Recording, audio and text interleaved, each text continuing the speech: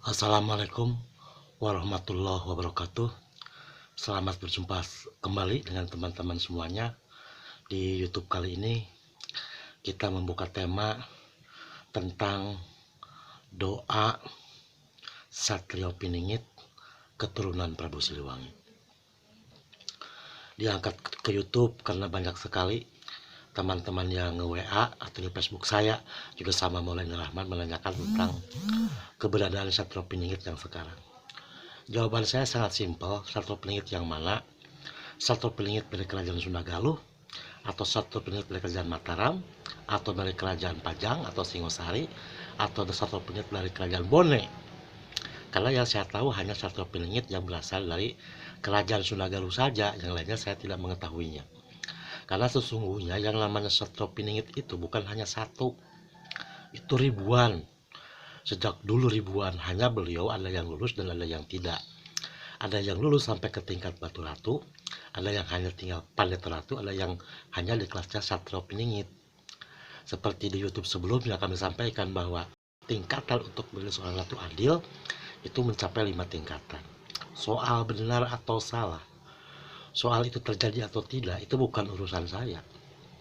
Bukan urusannya blognya Maulana Rahman. Hanya memprediksi, memperkirakan, dan menceritakan Satrio Piningit terdahulu, leluhur kerajaan Sunda Galuh.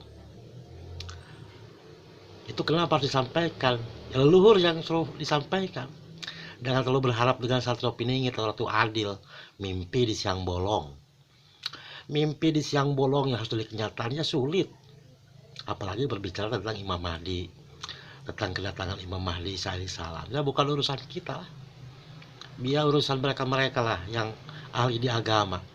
Kalau kita menguruskan sejarah ya khusus kerajaan Sunda Galuh saja. Kalau yang bukan orang kerajaan Sunda Galuh jangan banyak bicara. Kalau sekali membuka kerajaan Sunda Galuh yang sebenarnya dari dulu tuh dibenci oleh sejarawan dari luar negeri, dari Belanda terutama. Jadi kita akan bongkar semuanya sekarang. Kenapa? Agar keturunan kita jangan dibohongi dengan sejarah yang mengadu domba antar suku, antar agama, antar golongan. Siapapun yang menjadi presiden boleh-boleh saja, tidak harus dengan kalimatnya kan orang Jawi. Kalau memang ada yang lebih mampu lagi, kenapa tidak kan? Yang penting demokrasi, jujur, mementingkan rakyatnya. Setiap mau pemilihan presiden, setiap mau pemilihan pejabat tertentu pasti akan diangkat. Sejarah-sejarah itu akan diangkat. Di media-media online pasti akan diangkat sejak saya kecil. Kakek saya memperhatikan seperti itu. Dan orang-orang kerajaan Sunda Galuh keturunan aslinya tidak pernah muncul. Sampai hari ini saya ngomong tidak ada yang berani muncul. Tidak ada yang berani muncul mengaku Raden gitu, Raden Maulana Rahman gitu. Pret, nggak ada. Semua ketakutan. Kenapa? Trauma. Makanya akan saya ceritakan sejarahnya. Kenapa sampai sejarah dunia global jangan merasa dari kita yang benar, sejarah itu benar, ngambil dari mana, referensi mana. Referensi dari Belanda dari mana kok bisa tahu kan? Makanya kita kan bongkar sekarang. Ya, jangan merasa diri kita paling benar. Tidak pernah Sunda Galuh atau saya sendiri merasa orang paling baik, paling benar, tidak. Menyuruh orang sholat, menyuruh orang sujud, dan saya nggak pernah. Ibadah itu urusan masing-masing. Kalau memang sampai jadi seorang Satrio Piningit, Ratu Adil, buktikan. Kenapa susah amat kan? Kalian turunan raja, tinggal buktikan kan?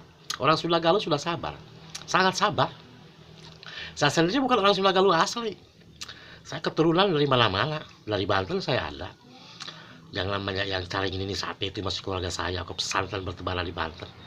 Di Cilacap juga ada. Keluarga dari nenek saya itu dari Aji Barang, keturunan dari Majapahit, dari Singosari Pajang. Nggak pernah saya dari kecil mengaku keturunan raja, mau ngapain? Gak ada untungnya kan? Gak ada untungnya. Kalau penasaran dengan saya bukan sejarah, merasa tersinggung, merasa marah kan, tinggal datang aja ke Dailuhur kan, kasih tahu alamat saya. Desa Dailuhur, Kecamatan Dailuhur, Kabupaten Cilacap. Cari nama indah, terkenal kok, terkenal Bandungnya. Bukan 1-2 orang datang ke sini. Hah? Dari Padang dari orang datang ke sini kok. Datang ke sini melihat sejarah ya. Senjata banyak nih saya dikasih mereka kan. Nah, itu kalau mau bunuh saya tinggal bunuh saja, apa sih susahnya? Tinggal tembak aja gitu. Ada listnya air keras, alat belati semua banyak gitu dikasih orang kan. Bukan dikasih orang, dikasih ambil kan. Kan seperti itu, justru amat kok. Hiburan lah, kenapa? Yang merasa benci dengan sejarah Sunda Galuh, dialah keturunan Yahudi. Kalau kamu tahu. Ini akan dibacakan sejarahnya ya. Sejarah itu, dari referensi saya dapat sejarah itu bukan mimpi. Dari leluhur, dari kakek, dari wujud kan. Udah gitu saya bertahun-tahun saya mencari literatur sampai ke luar negeri. Mencari literatur pembuktiannya. Baik secara ilmiah maupun secara metafisika, biometafisika. Baru masuk alam jin aja udah bergaya. Cucu saya masuk alam jin, bikin malu aja. Ngaku aja. Jadi Satrio Piningit sendiri itu punya doa yang mustajab, saudaraku. Bukan saya. Saya dari kecil tidak pernah mengaku keturunan Raja Pakong, iya. Nggak pernah saya. Tanya teman-teman yang SMP saya akan kuliah loh. Nggak pernah ya. Malu lah kelakuan masih kayak gini kan. Masih suka nyuruh orang bersujud gitu. Masih suka menceramai orang gitu kan. Malu. Kerajaan-kerajaan terdahulu itu malu.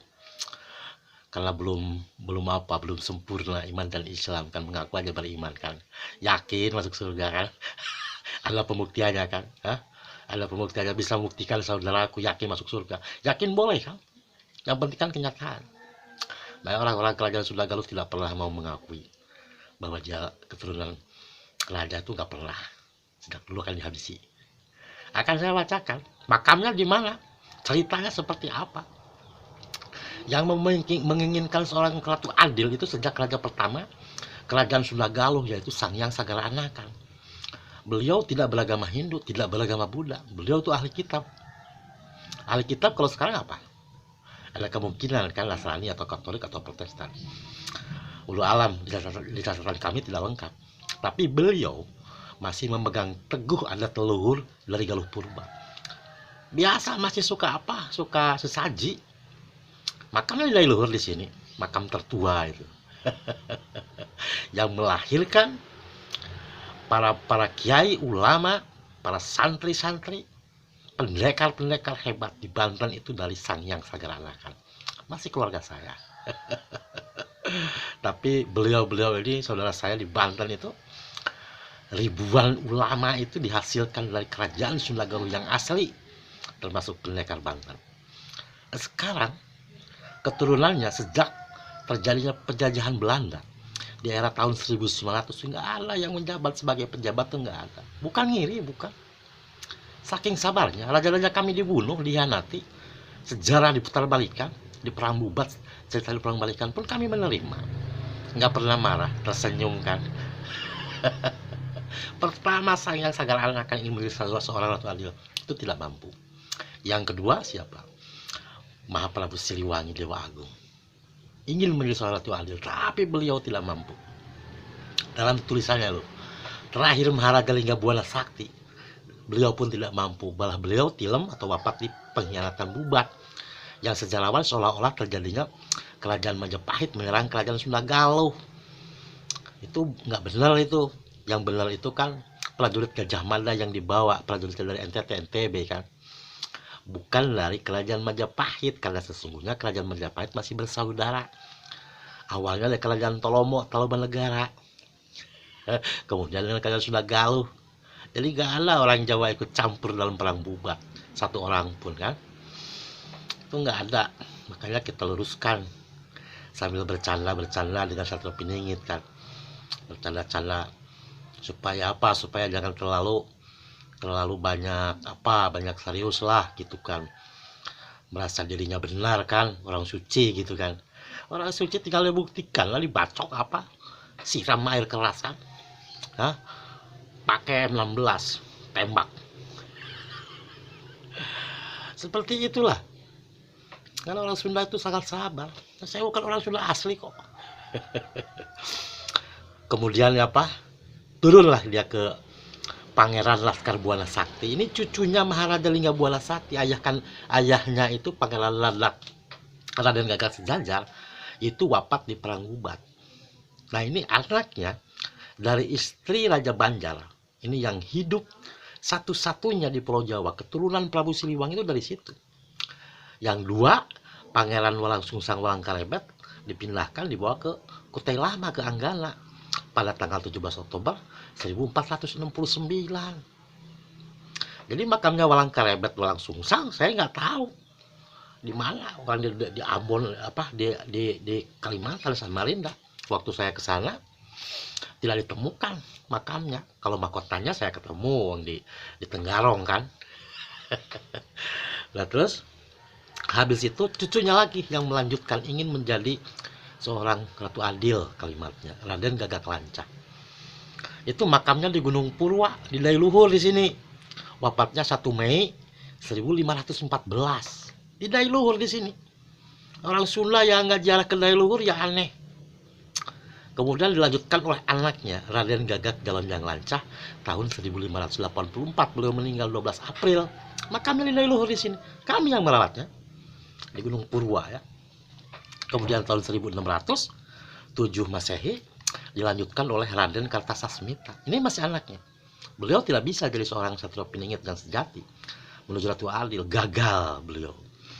Itu di makamnya di Kota Agung, Kecamatan Delo, Kabupaten Cilacap. Beliau wafat tahun 1607 tanggal 13 Oktober. Makamnya di Kota Agung di sini. Dilanjutkannya lagi dengan dengan anaknya sendiri, wafatnya di Kota Agung sama. Beliau juga sama. Nah, ketika itu dalam sejarah ya, Belanda masuk ke Indonesia itu pada tahun 1596. Pertama masuk itu di Banten. Dia tidak berhasil. Kenapa? Karena dikempur oleh para ulama, para kiai-kiai di Banten, prajurit-prajurit Banten, akhirnya dia mundur. Yang membawa waktu itu adalah Kornelis de Houtman. Anda catatan di saya. Mundur. Orang Banten masih keturunan Sunda Galuh raja pertama. Siapa yang berani? Hancur lantakan. Kembalilah dia 2 tahun berikutnya pada tahun 1598, 2 tahun. Dia masuk, tapi tidak lewat Banten. Dia masuk lewat apa? Lewat yang ada penghuninya gitu. Nyusuplah kayak tikus. Kan Belanda kan gitu, kayak tikus. Kayak ulo. Itu lek-lek Belanda tuh. Aturan Yahudi tuh. Mampus lo. Ntar lagi bencana. Itu jelas. Nah, 1596 sama 1598 itu Belanda masuk. Saya tanya, kerajaan Belanda berdiri tahun berapa? Ada yang tahu nggak? Belanda berdiri 16 Maret 1815. Jadi sebelum masuk ke Indonesia tuh bukan Belanda, saudaraku. Makanya kalau belajar sejarah itu dunia on the world sampai di Arab, pelajari semuanya ya. Saya mempelajari 15 tahun. Eropa semuanya, termasuk apa sejarah tentang perang salib semuanya. Pelajari bener enggaknya itu kan kita bersujud kepada Allah. Jadi sebelum pas masuk ke Indonesia itu bukan kerajaan Belanda. Perlu diingat teman-teman orang-orang Sunda yang sok tahu sejarah ya. Itu belum berdirinya kerajaan Belanda, masih di bawah kerajaan Romawi. Belajarlah bahasa Inggris, sekolahlah yang tinggi.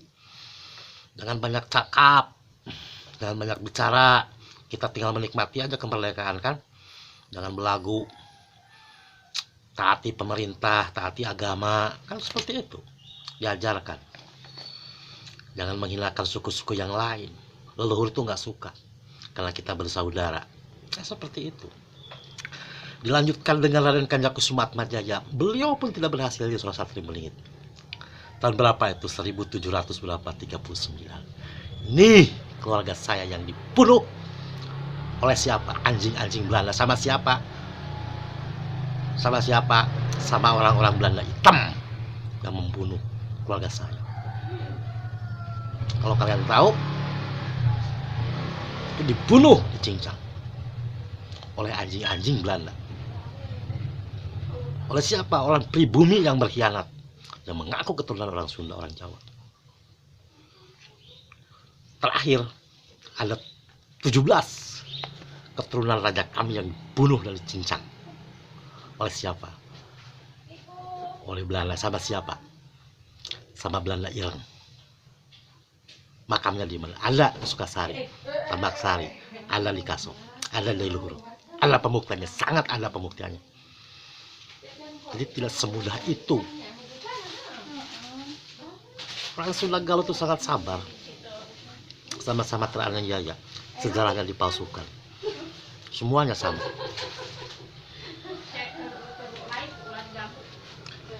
Makanya ketika itu terjadi, Belanda masuk ke Indonesia, orang hanya taunya oh dijajah oleh Belanda.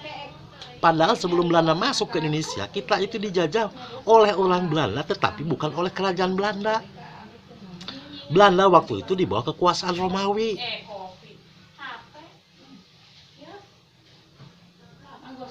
Sama leluhur kalian juga dibunuh, dibantai, ada yang diperkosa banyak. Ya, orang Ciamis, orang Tasik, saya tahu, orang Garut banyak yang diperkosa. Suka atau tidak suka, mau atau tidak mau. Itu kejadian. Bukan untuk diingat, tapi sejarah itu harus diluruskan. Harus kalimatnya diluruskan. Minimal buat diri sendiri, anak kita, cucu kita. Jangan dibodohi dengan sejarah yang kebodoh. Jangan selalu sejarah itu diputar-balikan, bermusuh-musuhan.